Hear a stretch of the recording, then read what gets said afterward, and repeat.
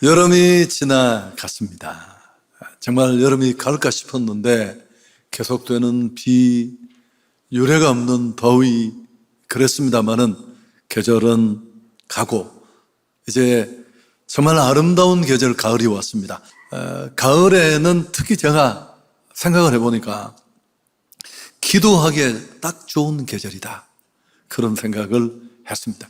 기도 얘기만 들어도 좀 알러지 반응을 일으키는 분이 있을 수 있는데 여러분, 기도하는 것은 매우 중요합니다. 호흡이니까요. 그러나 더 중요한 게 뭘까요? 어떤 기도를 하느냐. 제가 많이 강조했습니다. 기도의 내용도 매우 중요해요. 왜냐하면 인생은 결국은 기도 따라가요. 무엇을 기도하고 어떤 일에 우선순위를 두고 부르짖고 간구하느냐에 따라 미래 그 인생은 살아보면 기도대로 되어집니다.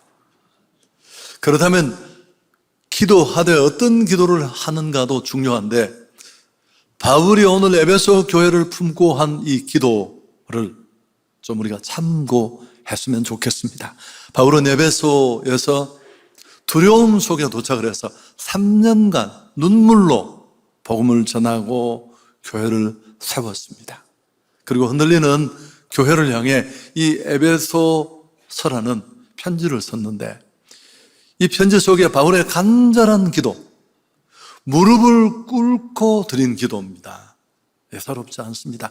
자신은 지금 로마의 차디찬 감옥에 붙잡혀 억루되어 있는 이 상황 속에 자기를 위해 기도하고 나를 꺼내달라고, 나를 위로해달라고, 나를 위해 중보해달라고 기도할 만한데, 그는 오히려 그 차디찬 감옥에서 에베소 교회를 가슴에 품고 정말 간절히 기도한 그 기도 내용을 우리가 좀 참고하면 좋겠습니다. 자, 16절이 그 내용을 담고 있는데 같이 읽습니다.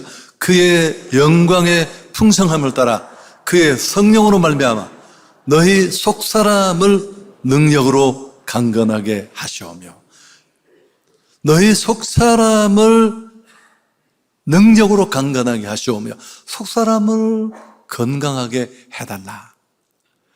건강하게 해달라는 기도인데 육적 건강이 아니라 영적 건강입니다. 마음의 건강, 영혼의 건강, 더 정확하게 원문의 의미대로 옮기면 속사람에게까지 건강하게 해주세요. 여러분, 육신의 건강이 소중하잖아요. 그러나 영적 건강도 놓칠 수 없습니다. 이 둘이 무엇이 더 중요하고 덜 중요하고 그렇게 말할 수는 없지만, 그러나 누가 더 주도적이냐라는 측면에서 보면 마치 차로 비유하면 차체가 육체라면 그 차를 운전하는 운전자가 영과 같잖아요. 훨씬 더 주도적이고 우선적입니다. 에베소 교회를 향한 바울의 그 간절한 한마디의 기도가 뭡니까? 건강하게 해달라는 것. 무엇보다도 영적인 속사람의 건강입니다. 여러분, 어떤 사람이 건강한 사람입니까? 육신의 건강도 우리가 내용을 빤히 알지만 막상 정리를 하려고 보면 또 좀 애매해요. 영적 건강도 그렇습니다. 도대체 어떤 사람이 속사람이 건강하고 온전한 사람입니까? 구체적으로 속사람의 건강의 지표가 무엇인지가 17절에 나와 있습니다. 제가 읽겠습니다.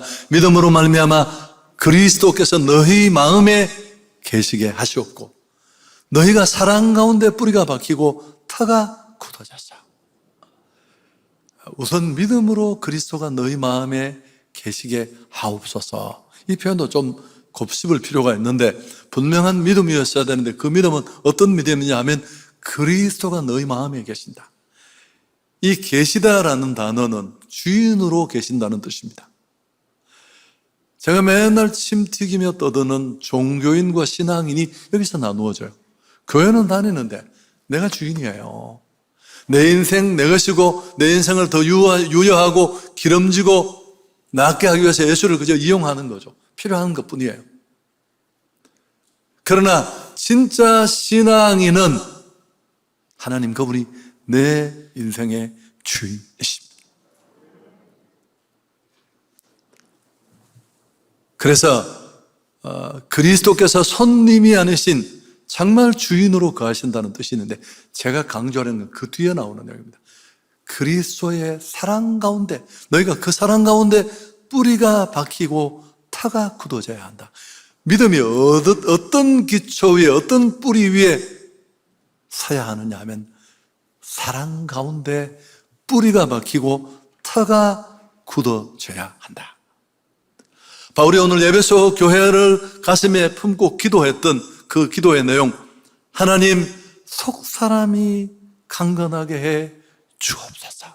영적 강건을 간구하면서 그 강건의 기준이 뭐냐 하면 기초가 탄탄해야 돼. 믿음이.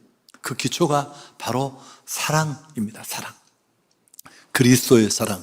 그 사랑 가운데 뿌리가 박히고 터가 굳어져야 한다. 자, 그러려면 필요한 게 있는데 그게 18절, 19절에 나옵니다. 흔히 이 본문에 나오는 21절까지의 내용을 바울이 에베소 교회를 가슴에 품고 한 세 가지 기도라고 얘기를 해요. 자세히 읽어보면 사실은 한 가지를 얘기한 거예요. 이렇게 서로 연결고리로 연결되어질 뿐인데, 자, 18절, 19절 함께 읽습니다. 능히 모든 성도와 함께 지식에 넘치는 그리스도의 사랑을 알고 그 너비와 길이와 높이와 깊이가 어떠함을 깨달아 하나님의 모든 충만하신 것으로 너희에게 충만하게 하시기를 구하노라. 여러분, 지식에 넘치는 그리스도의 사랑을 알고 그 너비와 길이와 높이와 깊이가 어떠함을 깨달아. 이게 핵심입니다. 정말 우리 믿음이 나를 향하신 그 주님의 사랑에 제대로 딱 착지하고 그 기초 위에 그 뿌리로 견고하게 서려면, 요동하지 않게 서려면, 어떤 기초 위에 서려면 먼저 뭘 알아? 지식에 넘치는 그리스도의 사랑을 알고 그 사랑의 너비, 깊이, 크기를 온전히 깨달아야 합니다. 여러분, 이게 급소해요. 바울이 한 이 기도는 그냥 속사람의 건강을 하게 해 주옵소서, 굉장히 애매한 표현이에요. 근데 그 애매함 속에 들어있는 핵심이 이런 내용입니다. 왜냐하면 이게 너무너무 중요하니까. 지식에 넘치는 그리스도의 사랑을 알아야 한다. 여러분, 우리 인간의 지혜로는 이런 하나님의 사랑을 깨달을 수가 없습니다. 우리 머리로는 이해할 수 없는 사랑, 하나님의 사랑을 지식에 넘치는 사랑으로 그렇게 주님의 사랑을 표현했습니다. 하나님의 사랑을 제대로 알고 누리면 그 사람은 견고한 반석 위에 사랑의 터 위에 신앙의 기초가 세워진 사람이 됩니다. 자, 모든 관계, 어떤 관계든 다 비슷한데요, 상처가 많아요. 부모, 자식 간에 얼마나 사랑하나요? 우리 한국 사람의 자녀 사랑은 유례가 없대요. 그렇게 집요하고 지나칠 정도인데 부모, 자식 간의 상처가 어떤가요? 많아요. 엄마 아빠는 정말 나를 사랑하지 않아. 이런 사람이 한둘이 아닙니다. 이게 울고 불고 대들고 설명하고 평생 부모님 돌아가셨는데도 여전히 내 안에 물음표로 남아 내가 또 내 자식을 보면서 건강한 관계가 이루어지지 않는 케이스가 예상외로 많잖아요. 여러분, 연인들 간의 사랑은 어떨까요? 이건 역시 소통이 쉽지 않아. 맨날 묻는 겁니다. 자기 나 사랑해. 어젯밤에 얘기했는데 23번이나. 여러분, 하나님과 우리 관계도 마찬가지입니다. 그 큰 사랑을 받았는데도 정말 많은 사람들이 어려울 때마다, 힘들 때마다 조금만 내 뜻대로 안 풀려도 하나님 정말 날 사랑하는 거 맞는지, 아니 누구는 보니까 어떡해, 이렇게 아파하고 힘들어하고 내 등 위에 얹혀진 나를 찍어 누르는 이 환경의 무게만도 너무너무 힘든데 이건 더 치명적이거든요. 여러분, 그래서 아무리 그런 관계에 어려움이 있어도 만일 자식이, 우리가 부모 자식 간의 사랑을 견주어 본다면 엄마 아빠는 정말 나를 사랑해. 이건 내가 거부할 수 없어. 제가 그렇거든요. 제가 농땡이도 치고 우리 독자라고 사랑하는 어머니 아버지 마음을 아프게 했지만 저는 이 부분에는 제가 항의를 할 수 없어요. 저는 우리 아버지 어머니 같은 분을 본 적이 아직까지 없어요. 다 너무 이 끝도 없고 한도 없는 사랑을 제가 받았어요. 만일 이런 사랑을 받은 사람이라면 사춘기에 조금 집도 나가고, 여러분 저는 아무 문제가 없다. 반드시 돌아오고 회복되고 새로워질 줄 믿습니다. 그래서 제가 가정의 달 되면 이런 이야기 매번 많이 했잖아요. 부모가 자식을 향해 할 수 있는 최고의 일이 있다면 그냥 그 아이는 공부를 잘하든 못하든 내 마음에 들든 안 들든 그 존재를 향해 부모는 이유 없이 사랑을 줘야 돼요. 그 사랑이 넘쳐서 그 마음속에 있는 이런 풀에 가득 채워져야 돼요. 아멘은 언제 하시려고? 아멘도 잘 안 하고 기도도 열심히 안 하시려고 제가 보니까 여름이라서 그렇다고 생각해요. 여러분 그래서 그 사랑이 있어야 좀 버릇 없을 수는 있지만 그게 건강한 거예요. 다음에 자기가 가정을 만들면 또 그 사랑으로 동네 사람도 퍼주지만 내 아이를 사랑할 수 있는 거예요. 이 사랑이 간당간당하는 사람은 애가 좋은데도 사랑도 안 배우면 안 받아본 사람은 못해요. 사랑하는 여러분, 바울이 정말 눈물의 기도로 복음으로 세운 에베소 교회를 향해 그 흔들리는 교회를 보면서 자기 상황을 뛰어넘어 무릎을 꿇고 드렸던 기도가 뭘까요? 하나님, 그들이 주의 사랑으로 속사람이 강건하게 해 주옵소서. 그러려면 그들이 막연한 주님의 사랑이 아니라 그 사랑의 크기, 길이, 너비, 그 깊이를 제대로 알고 깨달아야 한다고 했습니다. 내가 얼마나 큰 사랑을 받은 자인가를 알면 여러분 모든 게 달라져요. 부모 자식 간의 관계만이 아닙니다.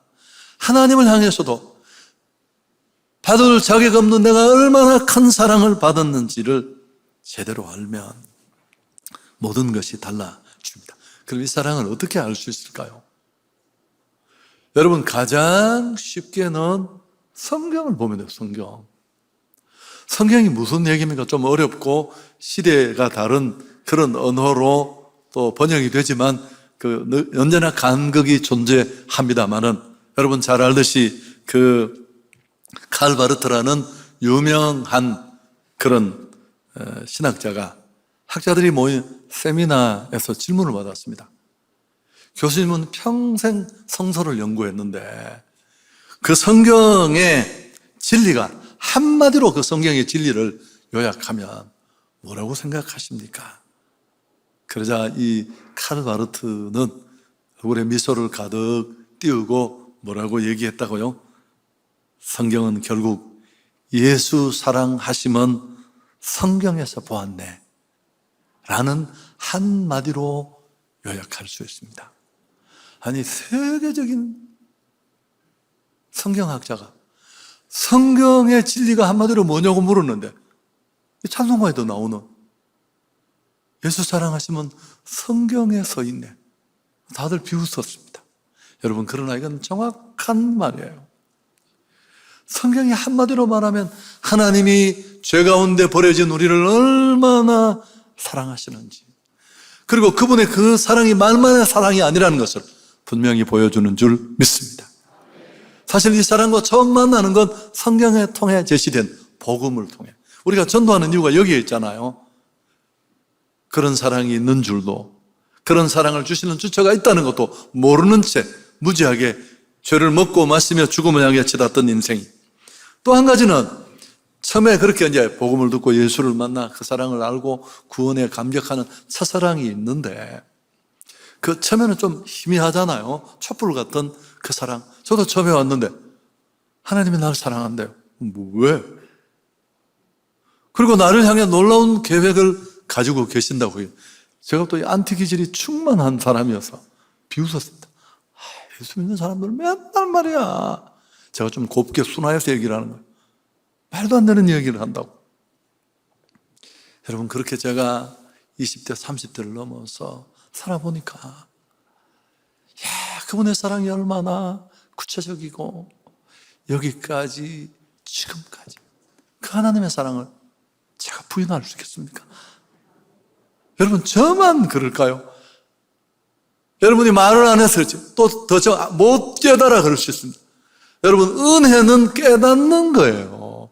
은혜는 막 처리하는데 위에서 주변에서 하나님이 돌을 던져가 유리창을 깨고 막 교회당 벽을 깨고 내 머리에 떨어지는 게 은혜가 아니고 이미 주어졌는데 몰랐는데 그걸 깨닫고 알 때 그게 은혜인 줄 믿습니다. 사실 말씀 축제가 그런 은혜를 받는 유일한 통로는 아니지만 아주 보편적인 통로죠.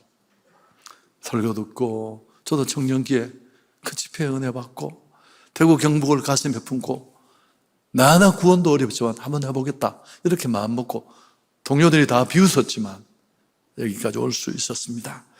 여러분, 이런 은혜를 꼭 누리기를 축복합니다. 자, 목사님 그 얘기 내가 다 들어도 그래도 나는 왔다 갔다 합니다. 정말 그분이 날 알기나 하는 건지, 정말 내가 구원받은 건 알지만 진짜 날 사랑하는 건지, 그래도 여전히 헷갈리면 여러분 십자가를 보시면 돼요. 자, 오늘 제가 읽어드렸잖아요. 한번 앞부분에도 로마서 5장 8절 그리스도의 십자가는 그 사랑의 핵심이 같이 있습니다. 우리가 아직 죄인 되었을 때 그리스도께서 우리를 위하여 죽으심으로 하나님께서 우리에 대한 자기의 사랑을 확증하셨다. 하나님의 사랑이 의심되는 사람은 이걸 보면 돼요. 말만의 사랑이 아니라 막연한 사랑이 아니에요. 그분은 자기 몸을 하나님이 신 그분이 이 낮고 낮은 땅에 내려와 자기 몸을 찢어 피 흘려 죄 없으신 그분이 죽으시면서 내 죄 때문에 죽어서 나를 살려주셔서 야, 이렇게 해도 이래도 내가 너를 사랑하지 않는다고 생각해? 웅변하듯이 그걸 온몸으로 보여주신 사건이 십자가예요. 우리가 아직 죄인 되었을 때 그 죄를 인식도 못할 그때, 죄를 개선하겠다는 의지가 전혀 없을 때,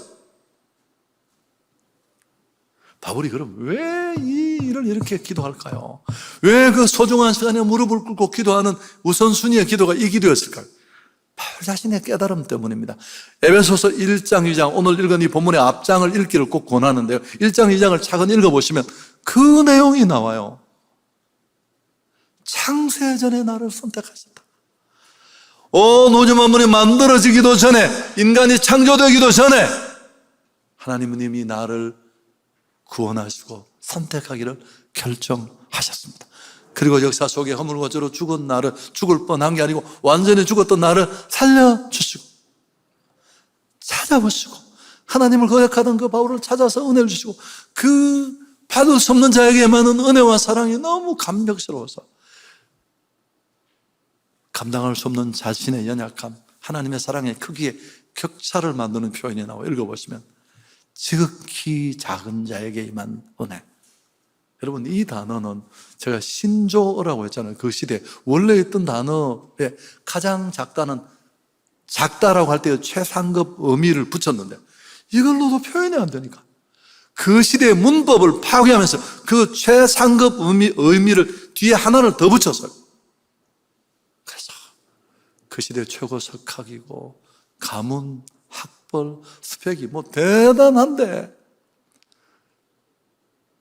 아무것도 없는 자신 안에 임한 그 큰 사랑을 보면서 지극히 작은 자예요. 여러분, 그리고 나서 바울이 어떻게 하다 인생이 다 겁나는 것도 무서운 것도 요동하는 것도 두려움도 없고 개인적인 인생을 다 던져놓고 그 복음을 땅 끝까지 전하는데 자신을 던지게 된 줄 믿습니다. 아멘이 적어요. 아멘. 그래서 여러분, 우리가 자녀들을 위해서, 나를 위해서 이런 기도를 해야 되는, 그게 수준 있는 기도예요. 우리의 필요가 많지만 우리가 정말 자식을 가슴에 품고 나 자신의 영적 상황을 바라보면서 하나님, 주님의 큰 사랑을 내가 좀 깨달아 알게 해 주옵소서. 내가 얼마나 큰 사랑받은 자인가를 절대 잊지 말게 해 주옵소서. 16절을 보시면 우리가 첫사랑을 잃지 않고 변질되지 않는 한 가지 방법을 소개합니다. 자세히 다시 한번 보시죠. 그의 영광의 풍성함을 따라 무엇으로? 그의 성령으로 말미암아 너희 속사람을 능력으로 강건하게 하시오며. 여러분, 이 사랑이 변질되지 않고 이 사랑이 날아가지 않고 계속 한때의 사랑이 아니라 처음 주님 만났을 때 그 순간의 사랑만으로 끝나지 않으면 성령의 은혜가 계속 필요합니다. 설교 정리하겠습니다. 지금 우리는 그 무엇보다 사랑이 필요합니다. 연인 간에 혹은 우정 간에 한 번 주면 또 한 번을 받고 싶어하는 그런 어정쩡한 세상의 사랑이 아니라 우리를 향한 십자가에 보이신 주님의 그 사랑입니다. 오죽했으면 바울이 눈물로 피땀에 세워진 에베소 교회, 그 흔들리는 교회를 바라보면서 하나님 무릎을 꿇고 간절히 비오니 주의 사랑으로 그들의 속사람이 강건하게 해 주옵소서 라고 했을까요? 로이드 존스 목사님은 그리스도인의 삶에서 가장 높이 도달해야 할 것 중에 하나는 하나님의 사랑을 알고 체험하는 것이다. 여러분, 이 사랑만 있으면 이게 기초고 이게 최고봉이에요. 교회 정말 걱정거리가 뭘까요? 여러분, 정말 걱정거리는 직분도 받고 봉사도 하고 교회 생활한 지도 오래되었는데 몇 대를 열심히 했는데 이 사랑이 왔다 갔다 하는 사람이에요. 다른 무엇이 아니라 나는 사랑을 받을 수 없는 자인데, 나는 허물과 죄로 죽어서 이 사랑을 감당할 수 없는 자인데 하나님의 큰 사랑이 내게 임했다. 내가 사랑 가운데 터가 박히고 여러분 행복하고 흔들리지 않습니다. 근데 이 사랑을 계속 지키는 게 쉽지 않아요. 사실은 이 에베소 교회의 얘기가 성경 제일 끝에 있는 계시록 소아시아 7교회를 다룰 때 에베소 교회가 나와요. 계시록 3장 4절 우리 같이 한번 읽을까요?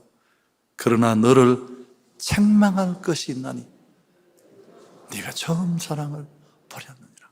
자, 여러분, 이럴 수 있는가요? 이 에베소 교회가 결국은 그 첫사랑을 잃어버리고 흔들렸습니다. 그러나 우리가 이 사랑의 줄을 꽉 잡고 놓지 않는다면 어떤 역경, 어떤 고난 다 뛰어넘을 수 있습니다. 여러분, 정말 내가 얼마나 주님으로부터 큰 사랑을 받았는지를 제대로 내게 진짜 꽂히면 우리가 내 삶을 다 개선할 수밖에 없어요. 나는 이렇게 살 수 있는 존재가 아니거든요. 나는 이렇게만 살아서 될 존재가 아니거든요. 이건 시시한 윤리 문제에 걸려서 한 발도 못 내디디는 이런 초라한 삶을 살 존재가 아니라는 걸 알 수 있으니까요. 거룩해질 뿐만 아니라 복음을 위해 살 뿐만 아니라 여러분, 더 나아가서 복음을 전합니다. 혹시라도 오늘 예배 시간 말씀 듣고 나는 그 뜨거운 사랑과 첫사랑을 잃어버렸다면 꼭 성령의 도우심으로 회복할 수 있기를 축원합니다. 두 번째, 그 사랑이 내 안에 흐르고 있더라도 멈추어둔 채 흘러보내지도 않고 사랑하지도 않고 복음을 전하는 일에 구경꾼이었다면 이번 행축에 여러분 반응하십시오. 세 번째, 오늘 드리고 싶은 도전이 뭘까요? 정말 내가 이 사랑을 받은 자였다면 오늘 기도합시다.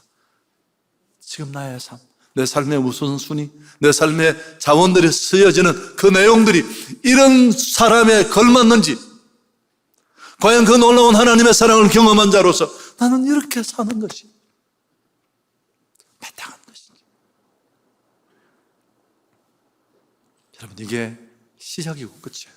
그래서 바울은 이 소중한 시간에 묶인 자기를 위해 기도하지 않고 이런 기도를 올릴 수 있었습니다.